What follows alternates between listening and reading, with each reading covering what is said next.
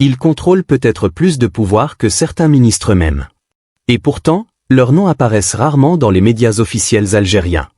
Depuis plusieurs semaines, des révélations venues des cercles politiques d'Alger alimentent une question explosive. Qui dirige réellement en coulisses? Car derrière les visages officiels du régime, certains observateurs décrivent désormais un trio discret, mais devenu incontournable. Avant d'aller plus loin, abonnez-vous maintenant si vous aimez les analyses géopolitiques qui dévoilent les coulisses du pouvoir et les vérités que certains préfèrent garder dans l'ombre, parce que ce qui suit devient de plus en plus sensible. Et le plus inquiétant, selon plusieurs voix critiques, ce n'est pas seulement leur influence. C'est l'impression qu'aucune institution élue ne semblerait capable de la freiner. Comme si le véritable pouvoir circulait désormais ailleurs.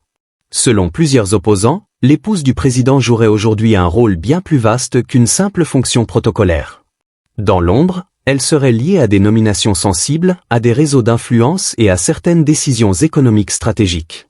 Et plus ces accusations circulent, plus le malaise grandit au sommet de l'État. Mais ce n'est pas tout.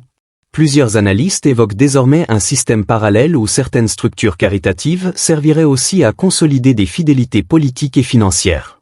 Et si cela est vrai, alors une question devient extrêmement sensible. Jusqu'où peut aller un pouvoir qui échappe au regard public?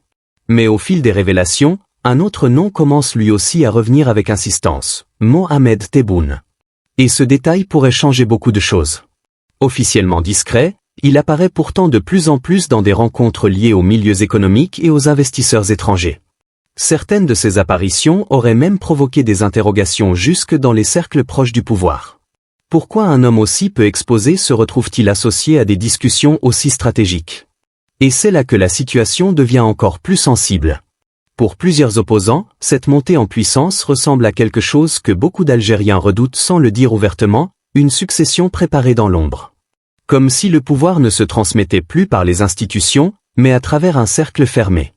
Et ce qui va suivre est probablement la partie la plus délicate de cette affaire. Alors si vous aimez les analyses géopolitiques sans filtre, pensez à vous abonner maintenant, parce que très peu de médias abordent ces sujets de cette manière. Un autre personnage attire désormais l'attention, Amerila.